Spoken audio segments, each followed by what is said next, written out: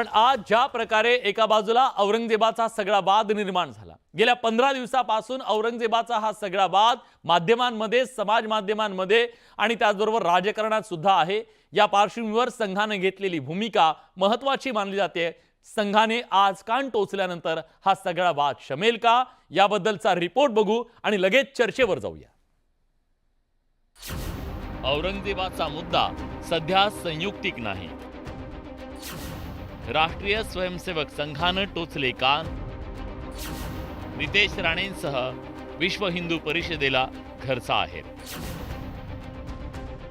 ज्या औरंग्याने आमच्या छत्रपती संभाजी महाराजांचे हाल करून करून त्यांना संपवलं, त्याची ती कबर आपल्याकडे कशाला पाहिजे? काही लोकांना ती मोठी आठवण म्हणून वाटते, पण आम्हाला ती घाण हिंदू समाज म्हणून आम्हाला नको आहे। ज्या काही प्रॉपर्टीज आहेत जे सांभाळतात त्याचा पुन्हा एकदा सर्वे व्हायला पाहिजे आणि पुन्हा एकदा आढावा बैठक घेऊन ही औरंगजेबासारखी जी काही कबरी आहेत त्या नष्ट केल्या पाहिजेत। छत्रपती संभाजीनगरच्या खुलताबादमध्ये असलेली औरंगजेबाची कबर हटवण्याच्या मागणीसाठी राज्यातल्या सत्ताधारी पक्षाचे आमदार चांगलेच आक्रमक झाले।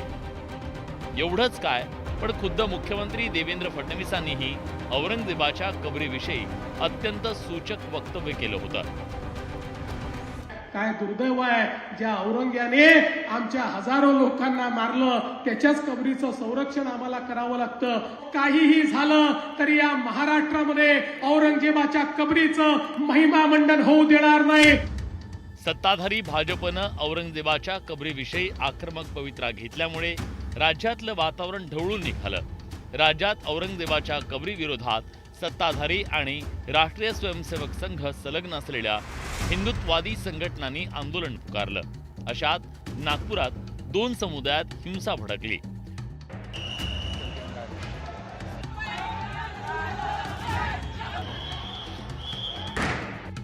सोमवारी सकाळी नागपूरच्या महाल परिसरात विश्व हिंदू परिषद आणि बजरंग दलाच्या कार्यकर्त्यांनी औरंगजेबाच्या कबरी विरोधात आंदोलन केलं। त्यानंतर एका अफवेनं नागपुरात सोमवारी रात्री हिंसाचार उफाळून आला। राष्ट्रीय स्वयंसेवक संघाच्या मुख्यालयापासून काही अंतरावर ती जाळपोळ आणि दगडफेक झाली।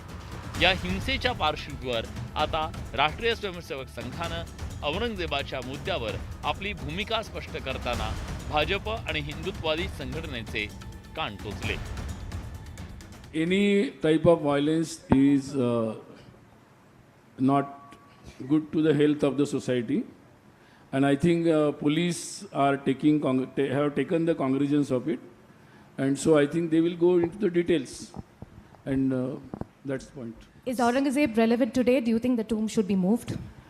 I think not relevant. राष्ट्रीय स्वयंसेवक संघानं विश्व हिंदू परिषद आणि भाजपच्या नेत्यांना घरचा आहेर दिलाय। संघाच्या या भूमिकेचं विरोधकांनी स्वागत केलंय। आम्ही हे सातत्याने म्हणतोय, पण आम्ही म्हटलं की औरंगजेबांचा बाप होतो, आम्ही औरंगजेबाची औलाद होतो। आता सुनील अंबेकर बोलतायत, आता हे सुनील अंबेकरांचा बाप कोणी सांगावं बोलणाऱ्यांनी। मी सुनील अंबेकर आणि RSS यांचं मनापासून अभिनंदन करतो की त्यांनी भूमिका घेतली। बरोबर आहे, पण संघाचं काही प्रेशर किंवा संघाचं भाजप आणि महाराष्ट्र भाजप तरी ऐकतंय का? कारण त्यांचे मंत्री तरी भलतं काहीतरी बोलतात। मग त्यांच्या मंत्री जेव्हा बोलत होते RSS का चूप होती?